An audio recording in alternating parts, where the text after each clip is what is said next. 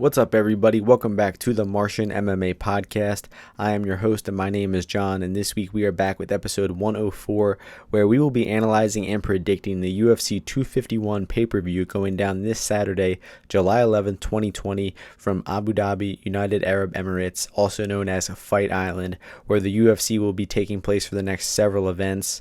This fight card has 13 fights on it that will air across ESPN+, ESPN the TV channel, and then on pay-per-view for the main card. We got a lot of great fights, 3 title fights. It's amazing that we're getting this type of quality card in the middle of this pandemic, and it seems like all the fighters have been tested for COVID. Everyone's healthy so far. Everyone just has to make weight tomorrow. We are recording this on Thursday, so make sure you check and see if any fights have been canceled before listening through the whole podcast. But we're going to start things off in the bantamweight division, where we have Martin Day taking on Davy Grant. The opening betting line for this one was a pick'em at -110 for both fighters. Since then, much more action has come in on Martin Day. He is now -165 to Grant at +145. So I think that Martin Day being the favorite is acceptable here. He's definitely the younger fighter with a lot more upside. Grant's kind of a veteran who doesn't fight too much, and it's definitely underrated by a lot of MMA bettors. I think I underrated him last fight. He was an underdog versus Popov, and I was picking Popov in that fight, but Grant looked really good. He was winning the striking exchanges on the feet in that one, and he was hitting a lot of takedowns and out-grappling Popov. He won a very comfortable decision in that fight, and he proved that he still has a lot left in the tank. Meanwhile, Martin Day has only fought in the UFC one time.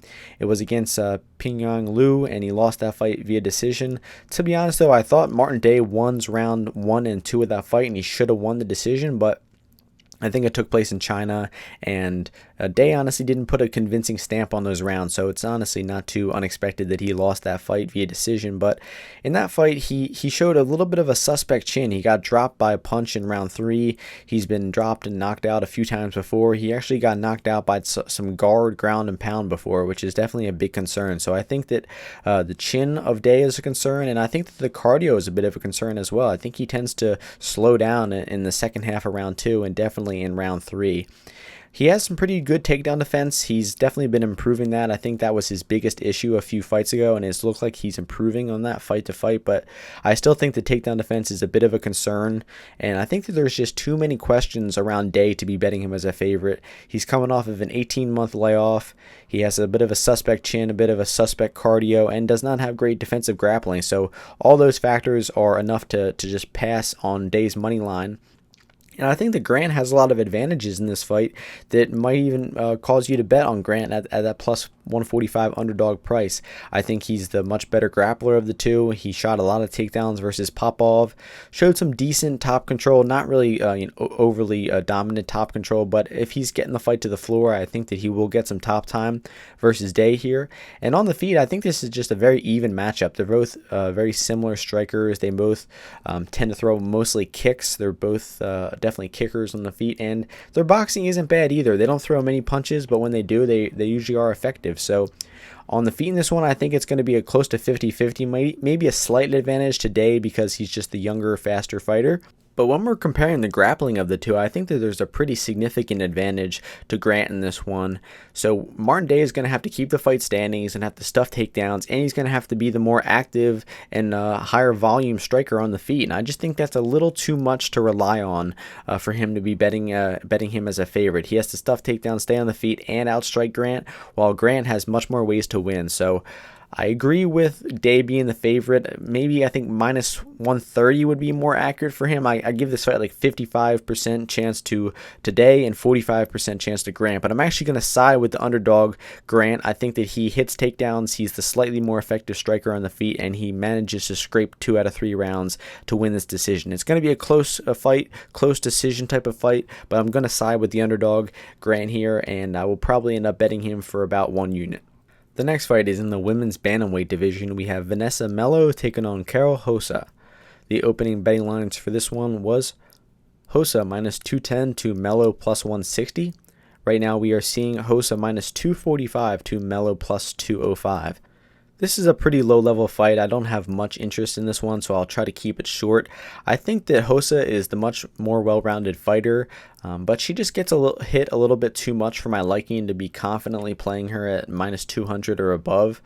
I mean, in that last fight versus Procopio, she got hit like 150 times, and she did land 160, 170 of her own strikes, but she just didn't seem to have much defense on the feet in that one, and I think that she's the better striker and the better grappler than Melo. Melo is really stiff, slow, struggles stuffing takedowns, struggles staying off of her back. And I guess she could keep the fight a little bit competitive on the feet because neither fighter has really good defense, and they both are probably just going to be exchanging punches. So I think that Melo decision at plus 340, that's what it was earlier in the week. I'll check out what it is now. I think that's good value because I think Melo's like past 7 or 8 wins have all been by decision. So if she wins this fight, it's almost no doubt by decision. She's shown almost no finishing ability from what I've seen from her. So if you really wanted to put some action on this fight, I would recommend betting Rosa moneyline and Melo decision, because Rosa can win the fight via knockout, submission, or decision, while I believe Melo's only chance of winning is by a close decision where they're just exchanging on the feet the entire time with no defense. But that's pretty much what Rosa's last fight was, so it's entirely possible that happens. But I think Rosa has the much higher volume, the better striking technique, has the ability to hit takedowns, and I don't think that we're too likely to see grappling from either side in this one because they're both just sloppy grapplers in general. But I got to side with Rosa. Her last fight was a decent win against Procopio. Good output, good cardio through all 3 rounds. Had like 50, 60 strikes landed in every round. So I think she's pretty consistent, and she probably should beat Melo pretty easily here. So the pick is going to be Rosa by decision, but in money line, it's dog or pass. And if you really want to play this fight, once again, Rosa money line and Melo decision is probably a good way to play both sides. The next fight is in the flyweight division. We have Yan-Paiva taking on Zhalgas Zhumagulov.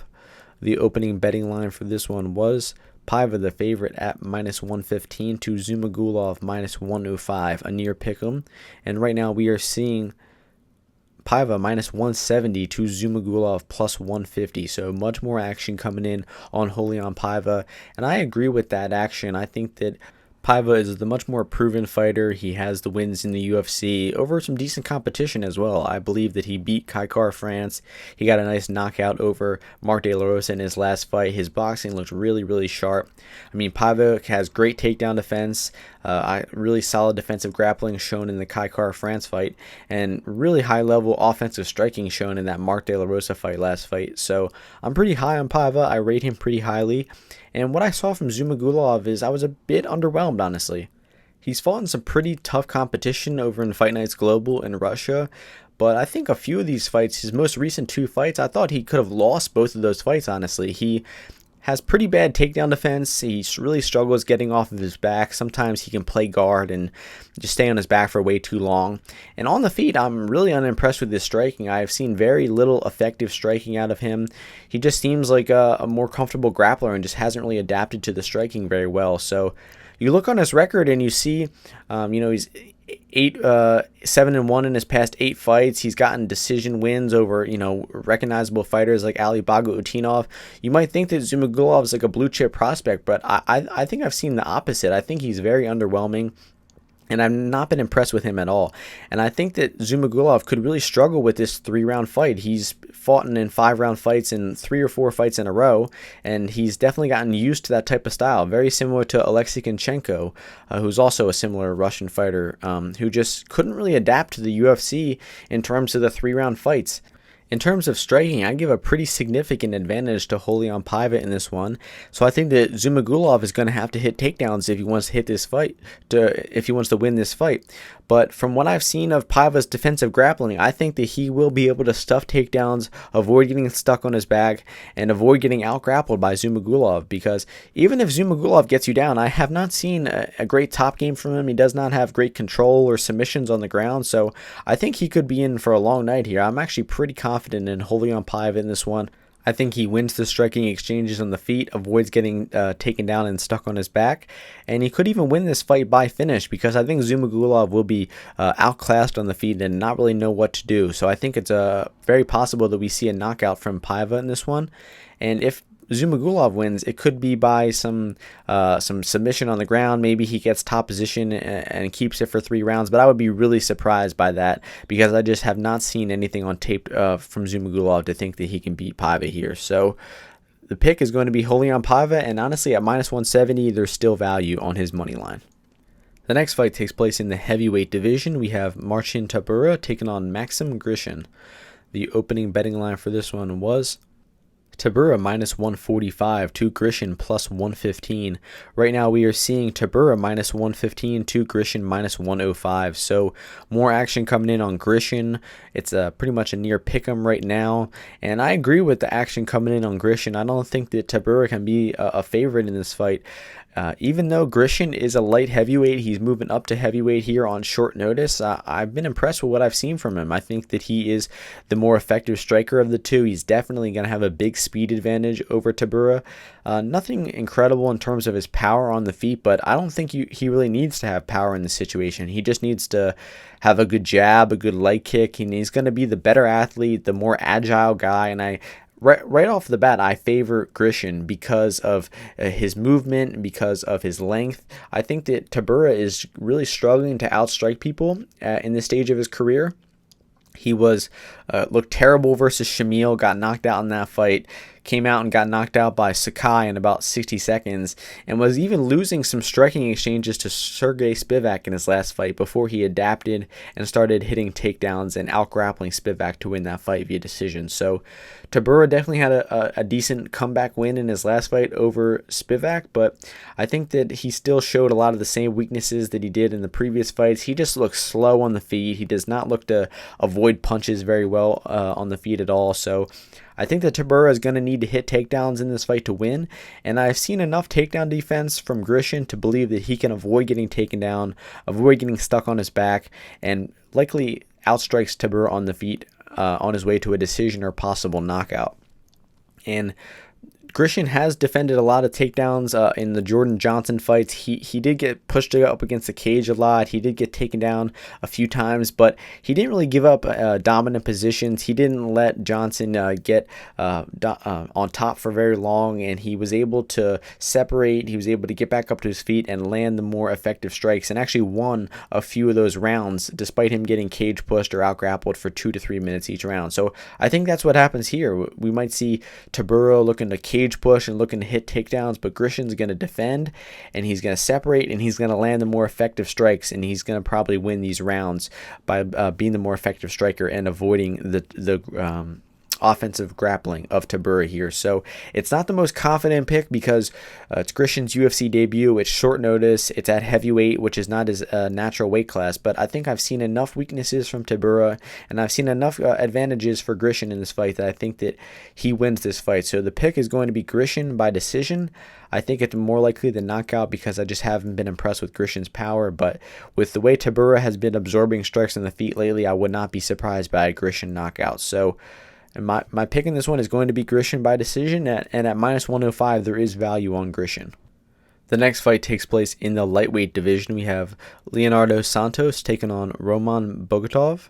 The opening betting line for this one was Santos the favorite at minus 190 to Bogatov at plus 150. Right now we are seeing Santos minus 160 to Bogatov at plus 140. So a little more action coming in on Bogatov in this one, although I believe there is two-way action coming in on this fight, and I think I'm surprised to see the action coming back on Bogatov. What I saw from Bogatov on tape was a completely one-dimensional fighter. It seems like offensive wrestling is the only way that he wins fights. It does not seem like he's very confident in his striking at all. The most striking I've seen from Bogatov is him throwing like flying knees and spinning back kicks, and none of them look good technique. It looks like he's just kind of spamming strikes. And I will say one thing about Bogatov is he's much better at open space takedowns than against the cage. When he was fighting over in M1, when his opponents were able to put their backs against the rope or the cage, he struggled getting them down. So I think he's definitely going to have to look to hit his takedowns in open space if he wants to get Leo Santos down here. And one more thing I will mention about Bogatov's striking is that he does not check leg kicks at all. I've seen him get leg kicked over and over again, and it seems like he has no idea how to check the leg kicks. It seems like he just toughs it stood out. But getting over to Santos, he's a very inactive fighter, only one fight in his past 3 or 4 years. And he's also old. He's 40 years old, which is considerably old for a lightweight in these lighter weight classes. But, I mean, we saw in Santos' last fight against Stevie Ray, he is still incredibly sharp. He came back from a 3-year layoff and looked like he took no time off at all. He was comfortable right away. He was landing great body kicks, leg kicks on Stevie Ray, and then eventually landed a picture-perfect counter right hand that put Stevie Ray out cold. I mean, I was so impressed with Santos from that fight. I think I was picking Ray to beat him in that one, and Santos came back, looked like he had no ring rust, looked like he had actually made some pretty sizable improvements from his last fight. And I mean, Santos definitely still has a lot left in the tank. And Santos, we should mention, is an incredible grappler. He's got multiple degrees on his black belt. For most of his career, Santos was primarily a grappler, but he's been really improving his striking a lot the past few years, and it definitely showed in that Stevie Ray fight. And I think that Santos has a great style to prevent Bogatov from out-grappling him. He's got great jiu-jitsu on the ground, so he can use some chokes and use some submission sweeps to get off of his back if he gets taken down. And I think that his striking on the feet will be a great deterrent for Bogatov as well. He's going to be throwing leg kicks, looking to shut down the movement of Bogatov, looking to land counter punches on Bogatov. So I'm going to pick Thiago Santos in this one, or Leo Santos in this one. And I'm actually pretty confident in him as well because he has the takedown defense, the jiu-jitsu to stay off of his back. He has the striking to punish and hurt Bogatov on the feet. And he's just a much more experienced guy. He's got better wins over better competition. A lot of Bogatov's wins were unimpressive, fighting pretty poor defensive grapplers. I mean, he had some nice submissions over a few of them, but I mean, like I said, Bogatov very one-dimensional. He's looking to hit takedowns. He doesn't even have the greatest top game, so I definitely don't think that he'll easily out-grapple an incredible jiu-jitsu guy like Santos in this one. So my only worry about Santos is him getting taken down and trying to play guard, going for submissions off his back. Maybe he's a little too content to play guard and to go for submissions off his back and ends up losing rounds in the process of doing so. But I think that this one is going to go to Leo Santos. I actually think there's a pretty good chance that he finishes Bogatov. Bogatov is probably going to gas out, start shooting bad takedowns. Santos might get top position. He might catch a neck, catch a limb, get a submission. So I think Santos can win this fight by knockout, submission, or decision, while Bogatov's most likely path to victory is probably a decision via top time. And I just don't think that's likely versus a great grappler like Santos. So the pick in this one is going to be Leo Santos. He is 40 years old, but I still think at minus 160 he's a safe bet because I favor him pretty heavily in this one, closer to 70 to 75% instead of around 62% where the odds indicate. So again, pick is Santos by finish. The next fight takes place in the featherweight division. We have Makwan Amirkhani taking on Danny Henry. The opening betting line for this one was Makwan minus 155 to Henry plus 115. Right now we are seeing Amirkhani minus 210 to Henry plus 175. So a lot more action coming in on the favorite Makwan Amirkhani. I agree with the action coming in on Makwan early, but I think where it's at now is probably a pass on both sides for me. I don't really see much value in either fighter at these current prices. I think Amirkhani is more likely to win the fight via taking Henry down and out-grappling him. But we have not really seen too much defensive grappling from Danny Henry. I mean, he's only had 3 fights in the UFC. One fight, he was getting outstruck and rocked bad versus Daniel Tamer. Tamer gassed out, and Henry took over, won the second half of the fight, rounds 2 and 3. Really dominated Tamer in those later rounds, but Tamer was so gassed out and so finished. But Henry couldn't even finish him. I mean, he was on top in round 3 for pretty much the entire round, but just didn't have any finishing ability here, and that kind of worries me about Henry because Amirkhani makes a lot of mistakes. He can end up in bad positions on the ground. He doesn't have the greatest defense on the feet. He has a pretty suspect chin, as I mentioned before. So if you're a good finisher, you can catch Makwan in some bad positions and get him out of there right away. But if Henry, not really the greatest finisher, so I really don't like his chances in this fight. He's going to have to stuff a lot of takedowns, stay off of his back, avoid get stuck on bottom. And we just haven't seen the takedown defense from Henry to think that he can do so. We've seen him get that finish over Hakeem Dawodu, but that was a very rare result. I think if they fought another 10 times, Dawodu would win 9 out of those 10 times. So Henry definitely hit his win condition in that fight, but I would not take too much from that Duadu fight. And I wouldn't take too much from the Ige fight when Henry got rocked and submitted in a minute. So Henry is really unproven, even though he's had 3 fights in the UFC. There's just not that much tape of Henry defending takedowns, so it's hard to be confident in either side here. I think it's hard to be confident in Amirikhani to hit takedowns and keep top position, and it's hard to be confident in Henry to stuff takedowns and avoid being on his back. So the pick is going to be Amirikhani to win via decision or submission. I think that he does out-grapple Henry, but on the feet in this one, it's going to be competitive.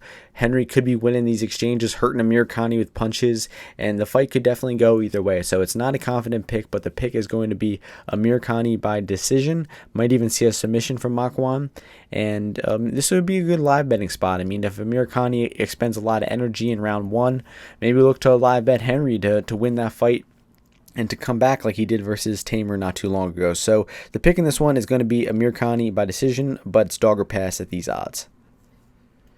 The next fight takes place in the welterweight division. We have Elizeu Zaleski dos Santos taking on Usman-Masvidal. The opening betting line for this one was Salikhov minus 190 to dos Santos at plus 165. Since then, line margins have tightened up. We're now seeing Salikhov minus 135 to dos Santos plus 115. So there's two-way action coming in on this fight. The early action came in on dos Santos, but ever since then, Usman-Masvidal has been getting bet these past few days, and I think that Salikhov is the right side here. I think this fight will be contested mostly in the striking, and I think that Salikhov is just the more effective and damaging striker of the two. I think he's got more punching power, and I think he's more effective with his kicks as well, and Zaleski has just looked pretty underwhelming in his past 2 fights. In my opinion, he lost the Alexei Konchenko fight. He was outstruck in rounds 2 and 3 of that fight, and he should have lost, but he got a hometown decision in Brazil. And in the fight before that, he looked extremely flat versus Li Jingliang, got outstruck all fight and finished in round 3 of that one. So I think Zaleski has possibly started to decline a little bit. At one point, he was on a nice winning streak, maybe 6 or 7 wins in a row, had some spinning back kick knockouts, flying knee knockouts, and even took down Curtis Melinder and choked him out with a rear naked choke in round 1. So I think that Zaleski has an advantage in this one, and it's going to be on the ground. I think that he's the better grappler of the two. Salikhov has struggled with grappling. He got taken down and submitted by Alex Garcia for his only loss in the UFC. The path of least resistance for Zaleski is going to be to hit takedowns and try to submit Salikhov on the ground. And we have not really seen too much defensive grappling from Salikhov ever since he was taken down and submitted by Garcia. I think he stuffed a few of Ricky Rainey's takedowns, but Rainey's not really a great grappler. So Zaleski is definitely going to have to hit takedowns to win this fight. I just don't think that he has the volume or the effective striking to win this fight on the feet. And I think that Salikhov is going to be landing the better punches and the better kicks on the feet. So I'm going to side with Salikhov in this one. I think that he avoids getting taken down and submitted and lands the more effective strikes to win the rounds. But he's not the most highest output guy himself, and we do have that concern about him getting taken down. So at this price where it's at now, I think it's maybe a little bit of value on Salikhov. I would put his chances around 60-65%, but for a fight that's probably going to be a close decision, just like Zaleski's last fight, I'm in no rush to bet Salikhov at minus 135. I think the people who got in on him at minus 110, minus 115, that was a good price, but where it's at now is going to be a pass on both sides, although Salikhov decision is the pick. The next fight takes place in the light heavyweight division. We have Volkan Oezdemir taking on Jiri Prochazka. The opening betting line for this one was Oezdemir minus 150, Prochazka plus 130. Right now we are seeing Oezdemir minus 145 to Prochazka plus 125. So Prochazka is making his UFC debut here. He's coming off of a lot of victories in Ryzen, but a lot of these wins are over kind of past prime fighters like Brandon Halsey, Muhammad Lawal, Fabio Maldonado, CB Dalloway. I mean, all 4 of those guys I just mentioned are very old, past their prime fighters who weren't even that great to begin with. So Prochazka did finish all of them, but I don't think that I've seen anything impressive from Prochazka on tape. I mean, I think that he really struggles with defensive grappling. He was taken down and held down for a long time by Albrechtsen when they fought. He spent 4 or 5 minutes on his back throughout that fight, and basically in the last 30 seconds of the round, he stood up, landed a few strikes on Alperutskin, and the referee stopped it a little prematurely. But that was a terrible fight from Prochazka. I mean, he spent 8 or 9 minutes on his back, but still was able to win the fight. I've seen Prochazka get taken down by a lot of his opponents. Mo Lawal took him down. I believe Halsey took him down. Kapaloza dropped him with a jab. I've not seen Prochazka check any leg kicks. It seems like he's just willing to eat the leg kicks. So a lot of weaknesses I've seen from Prochazka. He's not too impressive on the feet. I mean, he does seem to have decent power, good speed, good technique. I mean, he's a great athlete. I will give him that. But in terms of MMA skill, I don't think he's that great. His defensive grappling is a big problem that I think could really be exposed throughout his UFC career, and even be exposed by Volkan Oezdemir. I mean, Oezdemir is definitely a striker at heart, but he's definitely been incorporating more offensive wrestling into his game plans. He hit a few takedowns versus Dominic Reyes, most notably, and was able to get some top time versus him. So I don't think Oezdemir is likely to stay on top for long, but the fact that Prochazka just has such bad takedown defense and such bad ability to get off of his back, we might see Oezdemir just hit a few takedowns just to get some points up on the board and to win these rounds more decisively. And on the feet, I think that it should be quite competitive. I think I still give the advantage to Oezdemir just because I've seen a little more effective offense from him. I think he's the harder puncher of the two, and I think that Prochazka just kind of fights a little lackadaisical on the outside. He's circling a lot. He throws a lot of leg kicks, and I just haven't seen him sit down on a lot of his punches. I haven't seen him have good pressure and be able to corner his opponents, to cut off the cage. I just have not seen any of those skills from Prochazka, and him getting a bunch of knockouts over past prime fighters is why he's lined closer in this fight. I think that Oezdemir actually deserves more of a minus 200 price tag next to his name because he's a much more proven fighter. He's got wins over the better competition, and I think that Oezdemir is actually able to outstrike Prochazka, maybe hit takedowns, and likely win this fight by either knockout or decision. So Jiri's best path to victory is going to be aggressive, try to get in some brawling exchanges, and not fool around at distance, because I think at distance, Volkan is the better striker and likely leg kicks him, lands his own punches, and probably finishes Prochazka. So if Prochazka wants to win this fight, he's going to have to make it ugly, get in close, get inside the pocket, and try to land bombs on Oezdemir. But I don't think he does so. I think Oezdemir is able to avoid the offensive onslaught from Prochazka, hit takedowns, neutralize his striking, and land his own effective strikes. So I'm going to pick Volkan to win this one. I'll go with second round TKO for him, and I think at minus 145 there's some good value on Volkan Oezdemir. The next fight is the first fight on the main card. In the women's flyweight division, we have Paige Van Zandt taking on Amanda Ribas. The opening betting line for this one was Ribas minus 450 to Van Zandt plus 350.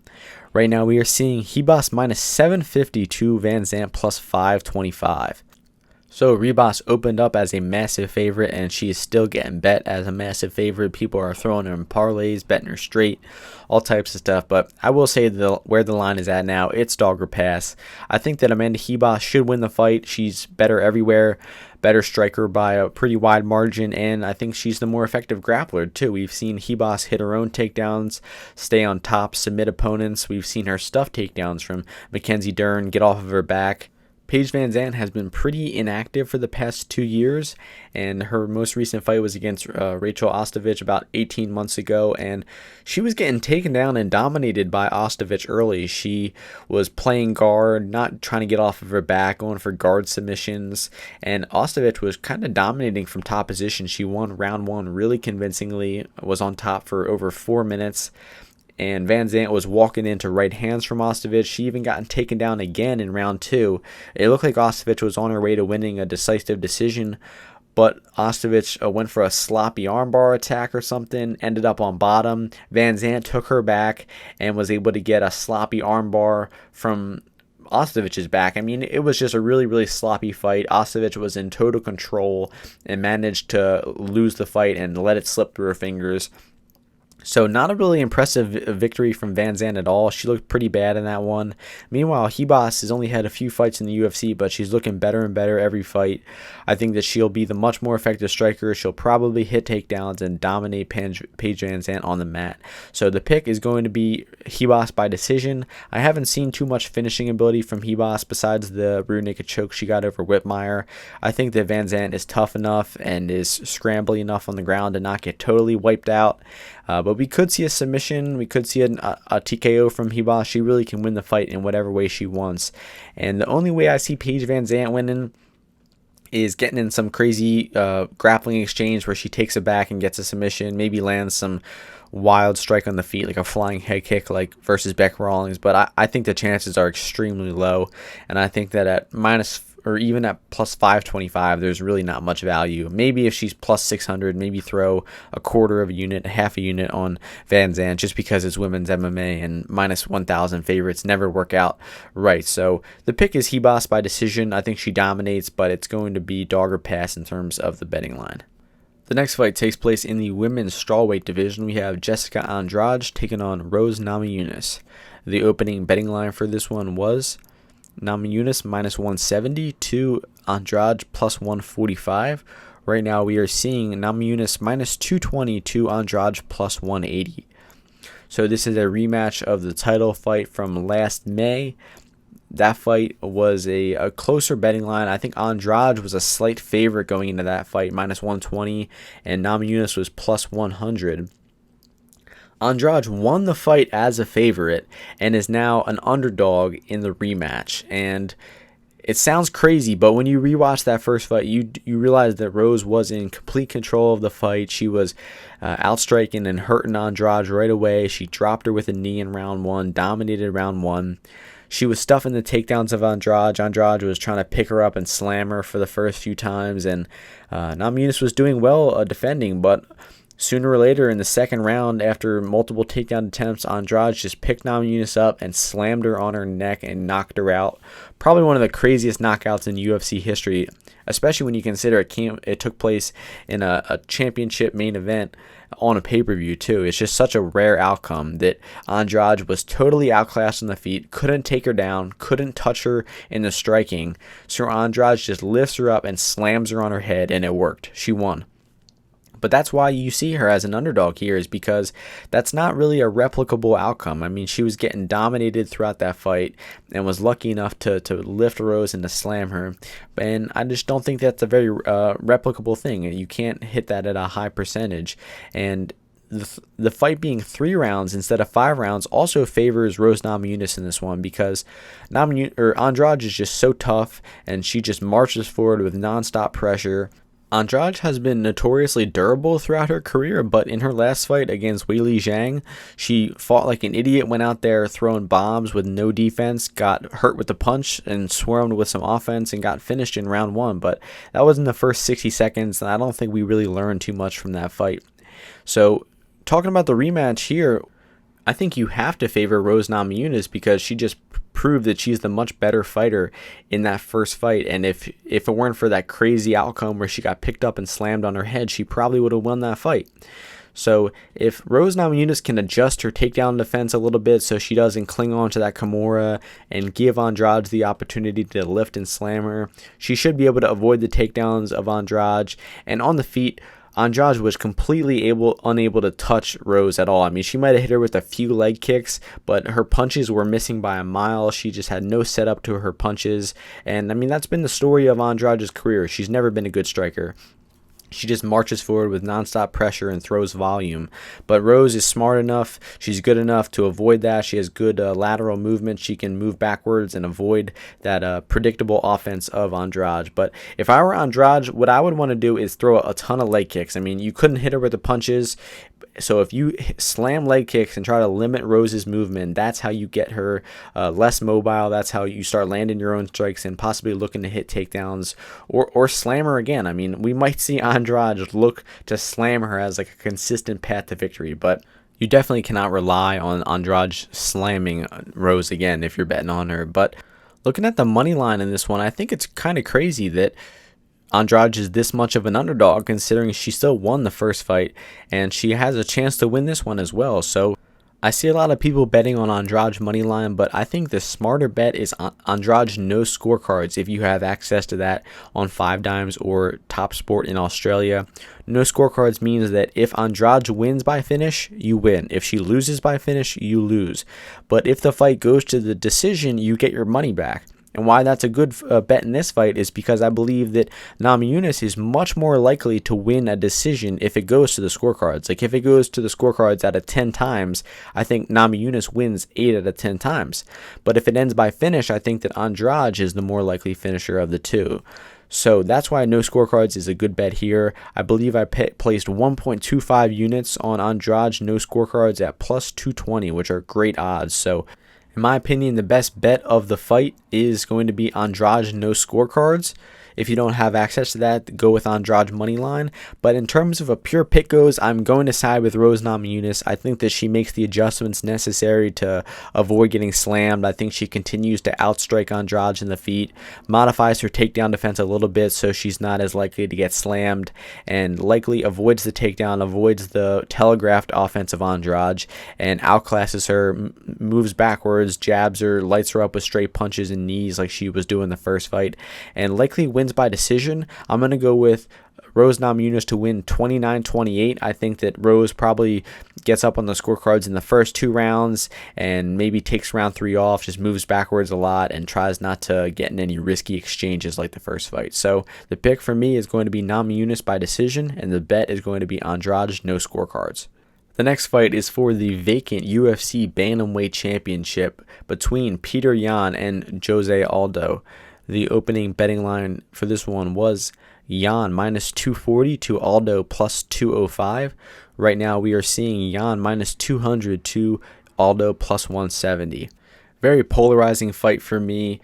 Jose Aldo is my favorite MMA fighter of all time, and Petr Yan is one of my current favorite MMA fighters of all time. But in terms of predicting the fight, I do not think it's a hard one to predict at all. I think that Petr Yan is the much better fighter at this point in their careers.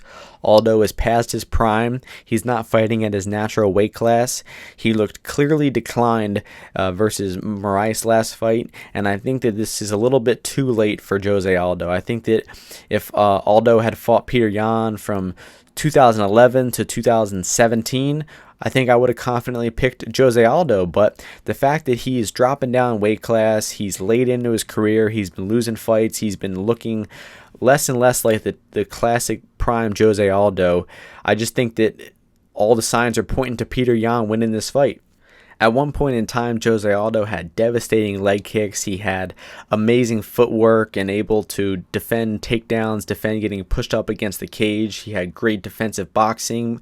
And in that fight versus Marlon Moraes, a lot of that stuff was gone. He didn't throw any leg kicks. He was getting cage pushed a lot versus Volkanovski the fight before that. His defensive boxing looked a little more lackadaisical than ever. He was a little more okay with getting hit than he had been in his previous fights. His takedown defense was not as good. He got taken down by Marlon Moraes. His cardio was not as good. He started to slow down in round 3 significantly. He had a decent round 1 and round 2 versus Moraes, but in round 3, he just barely threw any volume and was outstruck and lost the fight. So, in my opinion, prime Jose Aldo beats Marlon Moraes easily. And the fact that he was outstruck in rounds 1 and 3 of that fight just goes to show that Aldo is not the same as he once was at this bantamweight weight class. And getting over to Petr Yan, you really can't say enough good things about Petr Yan. He's just a tremendous fighter. I've been hyping him up on the Martian MMA podcast since he got in the UFC about 1.5 years, 2 years ago. And he's just improved more and more fight to fight. He's faced very little adversity in the UFC so far. The times that he has struggled were when he got dropped in round 2 versus John Dodson. He quickly recovered and honestly still won round 2 of that fight despite him getting dropped. And versus Jimmy Rivera, he lost a lot of minutes versus Jimmy Rivera. Specifically in rounds 1 and 2 of that fight, I think he lost the first 4 minutes of both of those rounds. But he was making reads, he was setting up punches the entire time. And in the last 30 seconds of both of those rounds, he was able to land knockdowns on Jimmy Rivera, steal those rounds, and win the decision comfortably. So I mean, even that fight against Jimmy Rivera is an excellent fighter, great boxing, and was a great matchup, or a tough matchup for Peter Yan. And I just don't think that Aldo poses those same problems. I don't think that his boxing is as sharp. I don't think he's as fast. He's not as durable. His volume and his cardio is not the same as it once was. His takedown defense is not the same as it once was. I mean, if you're not aware of the fact that Jose Aldo has significantly declined, you need to go back and rewatch Jose Aldo in his prime, because Aldo is still a great fighter. I'm not saying he's a bad fighter at this point in his career, but if you look at his prime versus now, I think he's competing at like 70, maybe even 60% of what he once was fighting at. So I just don't see how you can pick Jose Aldo in this fight. I don't see how you could bet Jose Aldo in this fight. I think the money line of plus 170 has no value whatsoever. I think that Aldo's only way he wins this fight is by round 1 or round 2 knockout. He's going to have to be aggressive, take the fight to Peter Yan, get in aggressive exchanges, try to touch the chin of Yan, maybe dig to the body of Peter Yan. Peter Yan loves high guarding when he's defending punches, so you're going to look to see Aldo rip that body like he was doing in his past few fights.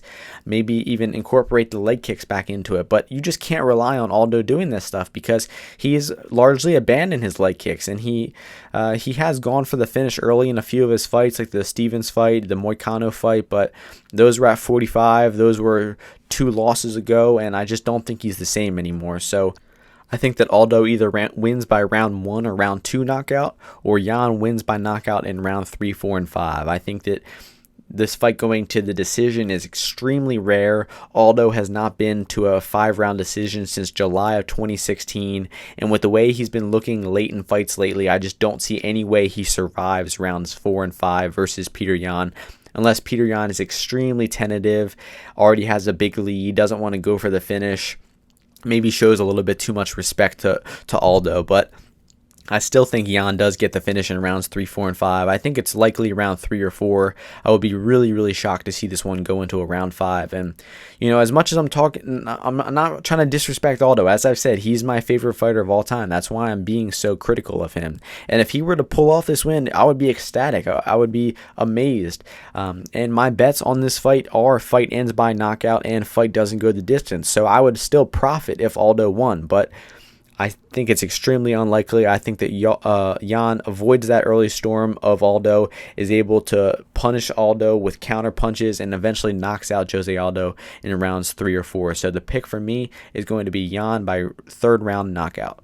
And at minus 200, there's still some pretty significant amount of value on Peter Yan. I think that Aldo's chances in this fight are about 15%. So I would cap Yan closer to minus 600, honestly. I think that this is might be a mismatch at this point in their careers, sadly. So it's not going to be a great fight in my opinion, because I think we see Aldo get knocked out in a not embarrassing fashion, but in sad fashion. So once again, the pick is going to be Yan by round 3 knockout. The next fight takes place in the featherweight division for the UFC Featherweight Championship. We have champion Alexander Volkanovski taking on former champion Max Holloway. The opening betting line for this one was Volkanovski minus 210 to Holloway plus 170. Right now we are seeing Volkanovski minus 200 to Holloway plus 170. So there is two-way action coming in on both sides, and that's expected. This fight is a rematch. The first fight happened just about 7 or 8 months ago, back in December. I'll give a quick recap of how the first fight went just to refresh everyone's minds. Right away, Volkanovski committed to the inside and outside leg kicks. That's something that he had studied and planned for. If you could limit Max's mobility, he's just not as effective of a striker. So Volkanovski was also landing the better strikes because he was confusing Max. Max was thinking about the leg kicks, and then Volk was coming back with punches. So in my opinion, Volkanovski won rounds 1 through 3 convincingly. And in rounds 4 and 5, Max started to have a little more success. He doubled up his volume from the previous 3 rounds, and he landed a lot more strikes, and he was more competitive. But I think he was still getting outstruck in those later rounds. I mean, I honestly could have given the fight 50-45 to Volkanovski. Maybe Max won one of the last 2 rounds, but When Max was throwing more volume, when he was throwing kicks and he was aggressive, he made the fight closer. It just seemed like in the first 3 rounds of the fight, Volkanovski confused him. He was leg kicking him, and Max just didn't have an answer early on in the fight. It seemed like Max didn't take the fight seriously at some points. He was kind of fighting lackadaisical, and before you know it, he was down 3 rounds and needed a finish to win his belt back, and he did not get the finish. So Volkanovski won that fight via decision. It was an amazing performance. I mean, I was picking Max in that one, was not giving Volkanovski much of a chance, but Volkanovski surprised me, impressed me. It was an amazing victory over Max Holloway. So for the rematch, in order for Max Holloway to win, he needs to address the leg kicks. That's first of all. And I do not have good faith in Max to do this, because in interviews this week, he seemed to kind of downplay the leg kicks. He seemed like he said that he landed 80 leg kicks. My leg wasn't even hurting the day after. I mean, it seemed like he failed to acknowledge how significant the leg kicks were in him losing. He also seemed to fail to admit that he lost the fight. Max thinks that he should have won the decision. So, in my opinion, I think Max is a little delusional in his assessment of how that fight went. I think that Volkanovski soundly beat him, and Max doesn't really want to admit that. And, that could be the competitor in him. But in my opinion, I would like to see a little more realisticness from Max to admit that he lost, because of the leg kicks, and to address that and to correct that in this fight. But we have not seen that from Max, so I don't think you can confidently pick Max Holloway at all in this one. I think that you have to defaultly pick Alexander Volkanovski to beat Max again. And Max does have a chance to adapt, to come out more aggressive, to throw more volume in the early rounds, to check leg kicks, to crowd Volkanovski, to get inside in the pocket.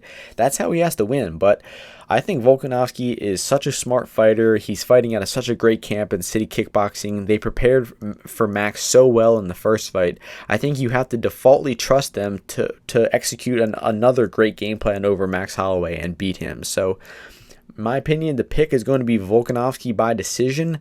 The betting window, I think I would go with the value is on Volkanovski money line. I think he won 22 minutes of the first fight, and now he's only minus 200 in the rematch. I think if you want to bet Max Holloway, I would advise to go Max Holloway by knockout, because if he wins this fight, I don't think he's going to outstrike Volkanovski for 3 out of 5 rounds and win a decision. I think he's going to swarm Volkanovski and try to get a knockout. So I think Holloway knockout I bet it at plus 815 last night. It's still plus 700 now. I still think there's some small value on that, but I don't really see too much value in Holloway money line. I think that we are starting to see the decline of Max Holloway, honestly. It's really sad to see, because Holloway, in my opinion, is one of the best fighters that's ever fought in mixed martial arts, but the amount of damage that he took in that Dustin Poirier fight, he's been having tough fights for his past 6 or 7 years. He's been in the UFC for almost 10 years straight, and people seem to forget that. He's only 28 years old. He is still young, but in fighting years, he's much older than that. 9 or 10 years in the UFC will have a significant impact on your career. So sadly enough, I think that Max Holloway is on the decline, and his best days are behind him, and I would be ecstatic to see him adapt and win his belt back and defeat Volkanovski here. I just do not think it happens, and I got to side with the smarter fighter in Volkanovski to implement another great game plan under the instruction of Eugene Behrman's City Kickboxing, and I got to pick Volkanovski to win by decision again. So that's going to be the pick, and at minus 200, there is still value on Volkanovski. The next fight is the main event of the evening for the UFC Welterweight Championship. We have champion Kamaru Usman taking on Jorge Masvidal. The opening betting line for this one was Usman minus 260 to Masvidal plus 200. Right now we are seeing Usman minus 225 to Masvidal plus 185. So there is two-way action coming in on this fight. The early action came in on Masvidal, and once the limits opened up a little bit, the action came back in on Usman. And it seems like the past 24 hours, a lot of action has come in on Jorge Masvidal. I'm looking at Tuesday, he was plus 235, plus 245. And here we are 48 hours later, he's plus 185. So a lot of action coming in on Masvidal.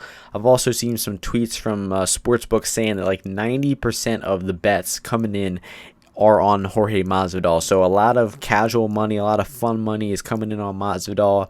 He is the much more fan-friendly fighter. He's got the BMF going on, the 5-second knockout last year. So a lot of casual people know Masvidal, and they're betting on him. But I honestly think they're all bad bets. There's no value on Masvidal plus 240, plus 220, even plus 185 where he's at now. There's no value. I think that Usman's chances of winning are about 80%. So I think Masvidal would have to be plus 275, plus 300 for me to consider a bet on him at all. And Masvidal does have a chance to win the fight. There's no question he's the better striker at range, but how long will the fight take place at range? And in my opinion, it's not going to be long at all. Masvidal has great kicks, great boxing. He's even a pretty solid defensive grappler, but his kicks aren't going to be there because his kicks can get caught and he can get taken down. Masvidal had a kick caught and he was taken down by Darren Till of all people. So Usman is definitely going to be looking to do that if Masvidal kicks. So Masvidal is pretty much going to have to purely box and use footwork to avoid getting pushed against the cage, getting pressured, and eventually getting taken down by Usman. In my opinion, it's rather obvious that Usman is going to look to push Masvidal against the cage, take him down, and implement his typical grinding against the cage style of wrestling and grappling that he has outgrappled most of his opponents with so far. I think his most impressive victories, Usman, were over RDA and were over Tyron Woodley.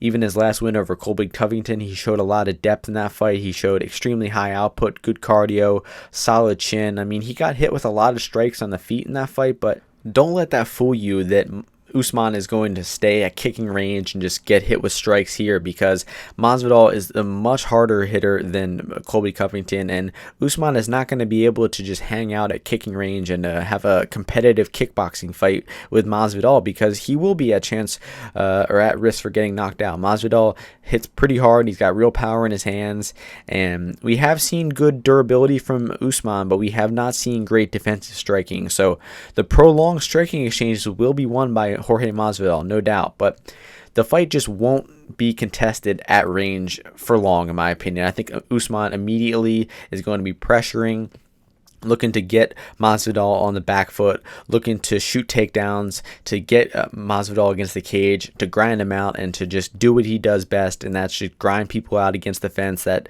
kind of Khabib style of grappling where he focuses on control, has good ground and pound. And I mean, Usman is just a tremendous fighter. I mean, his striking looked improved versus Covington, and his takedowns, his top game, his ground and pound, his control is just immaculate. So I'm really, really impressed with Usman lately. I think he's getting better and better fight to fight. He was supposed to fight Gilbert Burns here. I haven't even mentioned the fact that this fight is short notice. It was supposed to be Gilbert Burns in there. I actually think Burns is a tougher matchup because he's not as easy to take down. He's not as easy to hold down on the ground. And I think that Masvidal is much more at risk for getting taken down and getting held down on the ground. I mean, if you look at the Damian Maia fight from 3 years ago, Maia is a different style of grappler than Usman, but Maia was able to push Jorge back to the cage, was able to hit single legs, and was able to eventually get control, mostly via back takes, which is a lot different than what Usman does. Usman doesn't go for back takes. He's more of a top pressure mount kind of guy, but I still think he will have success taking Masvidal down and holding Masvidal down against the cage.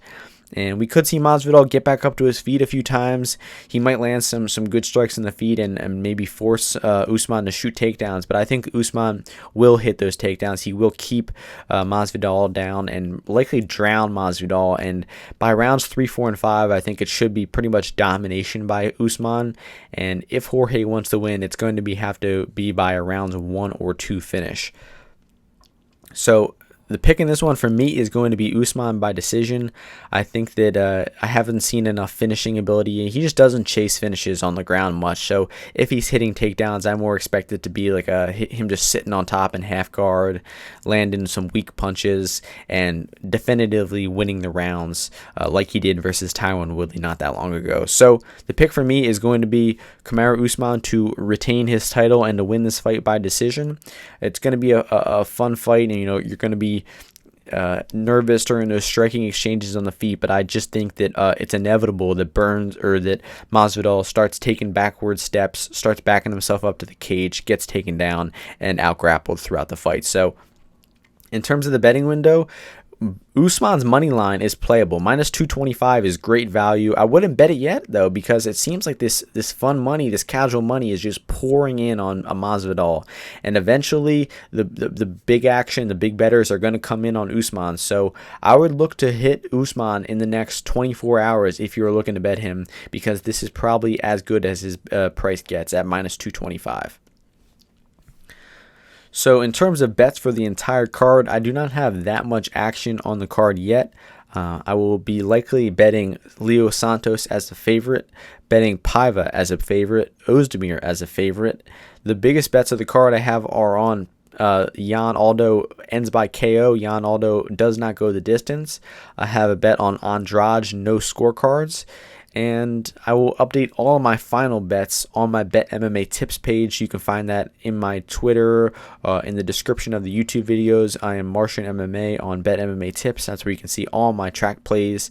And that is going to do it for the podcast this week. We got 3 UFC events coming up next week, so we will be back with multiple Martian MMA episodes.